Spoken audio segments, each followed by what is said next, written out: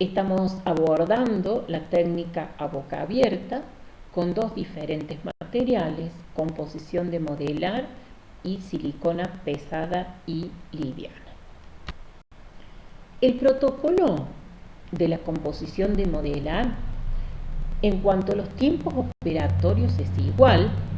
También en lo que se refiere a la ubicación del paciente, en lo que se refiere a la introducción de la cubeta en la boca. Pero hay un factor fundamental dentro de la utilización de este material y se refiere al recorte funcional, que es por zonas. En cuanto a la prueba del soporte, estabilidad y retención, para ambos maxilares y para ambos materiales se realiza como vimos en la diapositiva 2. El recorte funcional es por zona. El material que vamos a utilizar a través de diferentes otros elementos es la composición de modelar. Vamos a tomar una taza de goma, vamos a reblandecer el material, vamos a formar una pequeña bolita si es el maxilar superior y un huso si es el maxilar inferior, y vamos a proceder a cargar la cubeta. Cuando cargamos la cubeta, la vamos a introducir en la boca, vamos a esperar que se enfríe el material y lo vamos a retirar. ¿Y qué vamos a hacer? Lo que estamos viendo en esta foto. Vamos a recortar por la zona externa de la impresión todo aquello que sea de más del material. ¿Por qué? Porque el objetivo es conseguir que el fondo de surco tenga un ancho de aproximadamente entre 2 y 3 milímetros. Y se acuerdan que tenemos que hacer el recorte funcional por zona. Entonces, desgastamos, supónganse, primer zona posterior, sacamos los excesos, lo recortamos, la lavamos, la limpiamos, la desinfectamos y la volvemos a introducir en la boca, previo a someterlo al flameador. Le vamos a flamear la única zona que vamos a recortar y la vamos a introducir dentro del agua caliente para templarla y volverla a la boca del paciente y realizar el movimiento muscular propio de la zona que estemos recortando. En este caso fue la zona posterior, entonces lo que nosotros tenemos que hacer es traccionar la musculatura del carrillo hacia afuera, hacia abajo y hacia adentro. Lo vamos a realizar al proceso del recorte, flameado e introducción en la boca tantas veces como sea necesario hasta que nos quede correctamente ubicado y hasta que nos quede correctamente planeado. Lo que vamos a hacer ahora es proceder, una vez que se ha terminado todo el recorte muscular por zonas, a comprobar el soporte, retención y estabilidad. Entonces, el soporte es comprobar que tanto material como cubeta hayan llegado a todo lo que se denomina la zona chapeable, es decir, todo el reborde residual, fondos de surcos, vestibulares, linguales, papila piriforme y postdame. La estabilidad la vamos a considerar en estabilidad vertical y en estabilidad horizontal. La figura A está comprobando la estabilidad vertical con el procedimiento que hay que presionar en forma alterna a la altura de los premolares derecho e izquierdo. Debemos presionar en forma alterna y no se tiene ni tiene que moverse ni tiene que bascular. La figura B nos está mostrando cómo comprobamos la estabilidad horizontal.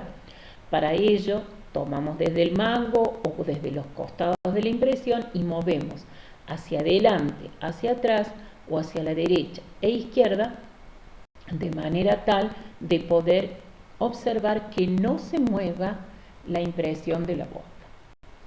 Y por último, la retención, que lo vamos a hacer. En el caso del maxilar inferior, tomando ligeramente el mango hacia arriba, un suave movimiento hacia arriba, y vamos a comprobar por último, en el maxilar inferior, las papilas piriformes, y en el maxilar superior, el postdami, desde el mango, una ligera tracción hacia arriba y adelante, de manera que no se desprenda, por ejemplo, en este caso, como muestra la figura del postdami.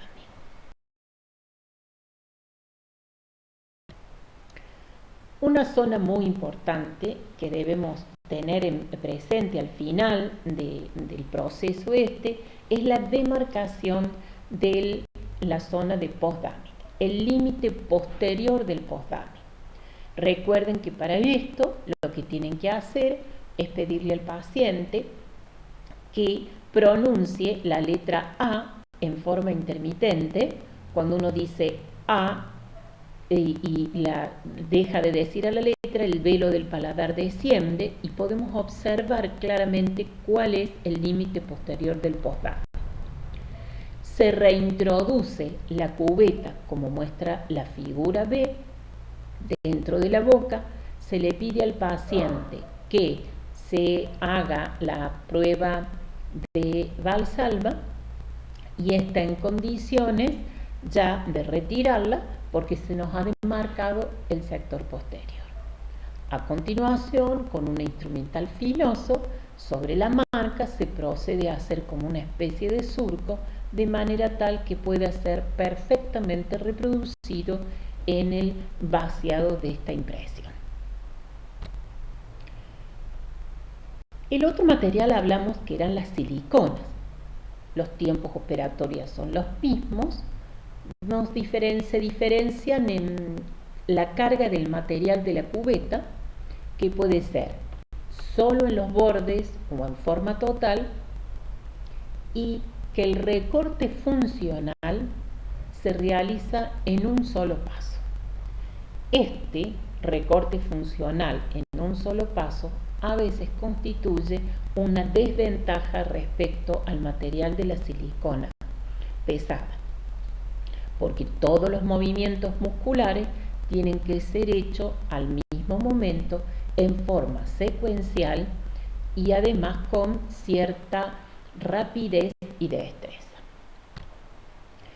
Habíamos hablado de que en el tiempo bucal podía ser que el material estuviera cargado, la silicona pesada, solo en los bordes, como muestra la foto. La foto, aquí ustedes tienen una cubeta individual, que en este caso se hizo de un material transparente, y se carga material alrededor de toda el fondo de surco, y hay que realizar el recorte funcional en un solo paso.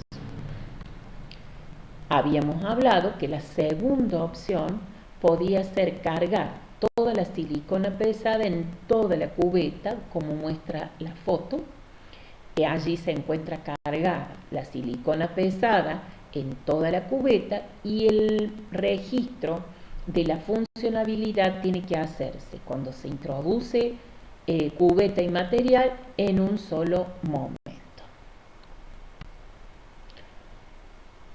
Aquí tenemos diferenciada cuando cargamos toda la cubeta con silicona pesada y cuando la cargamos con la silicona nada más que en el fondo de surco.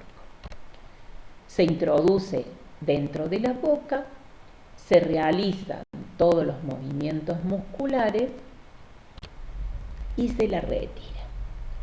En ambas técnicas, ya sea del borde o de la totalidad de la cubeta, hay que recortar, como muestra con una trincheta la figura A. Toda la parte externa de la silicona se va a recortar porque el objetivo es obtener un borde de aproximadamente 2 a 3 milímetros.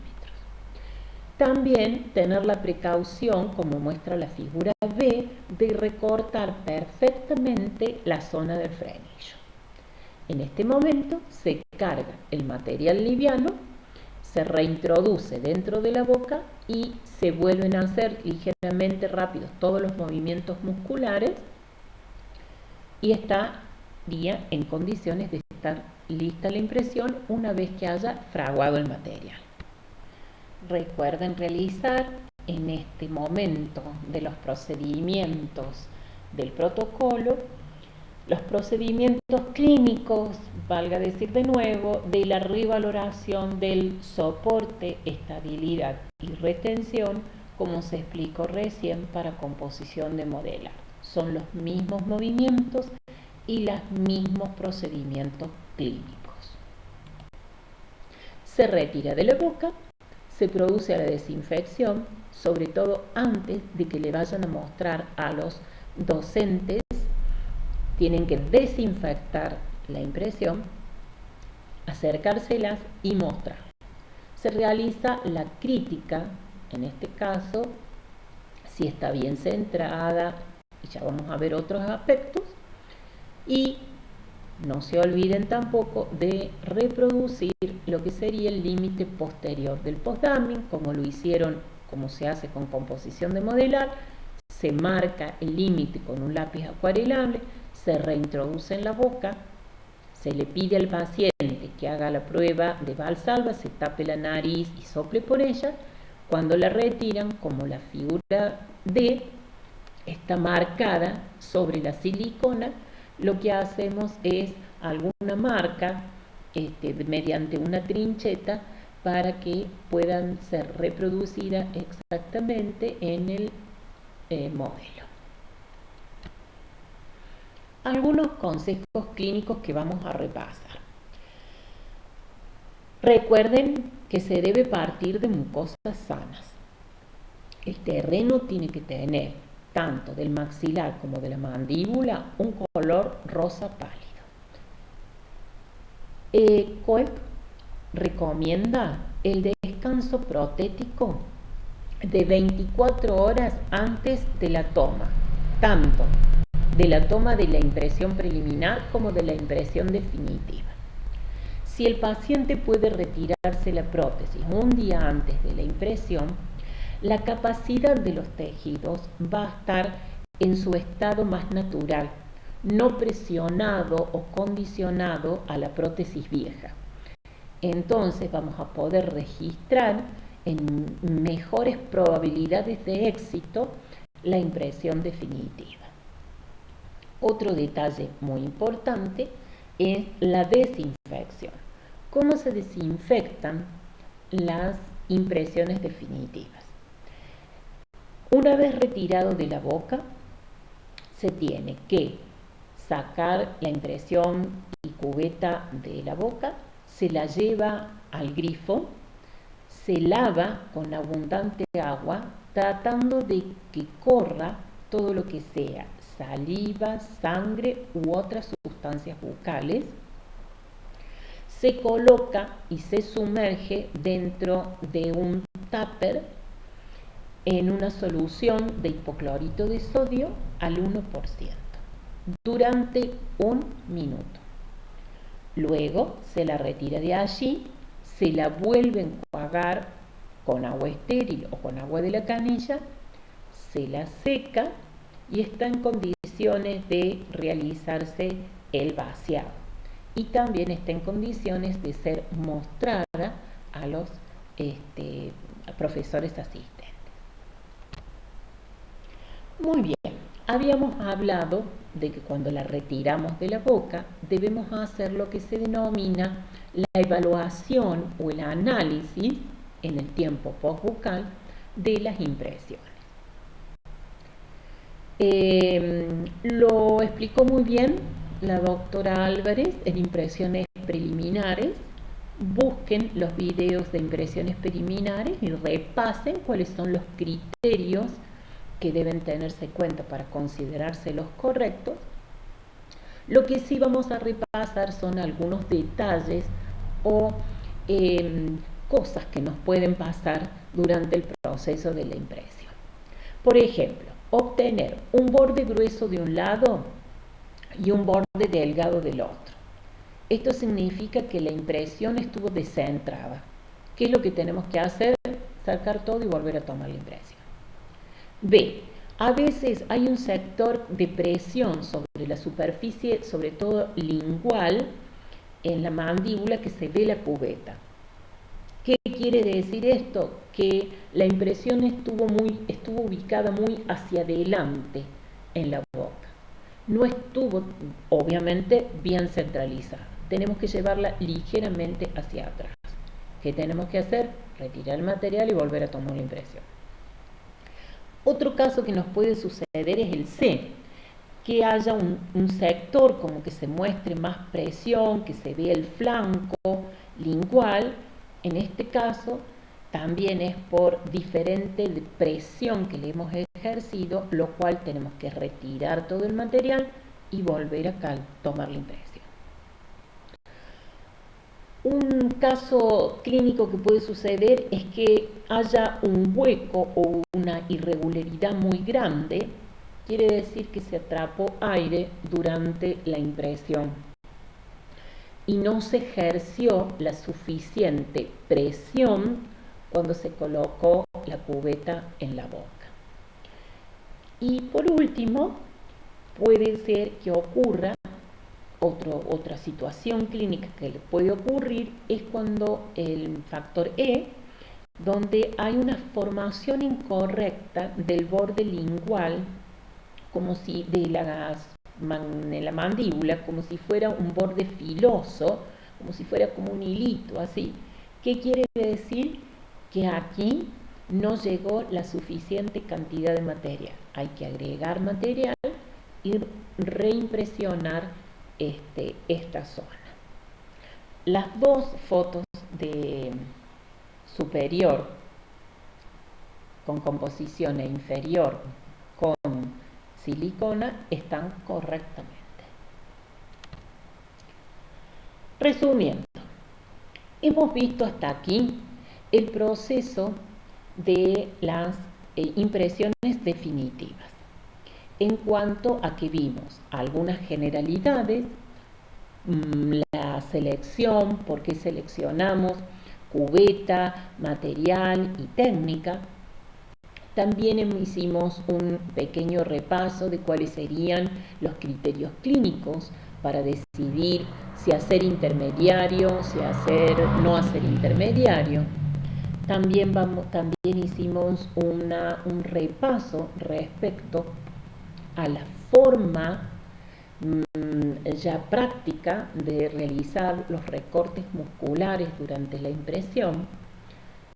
También hicimos hincapié en la forma en que debemos probar el soporte, la retención y la estabilidad para asegurarnos que la impresión que hemos registrado tenga esas tres cualidades.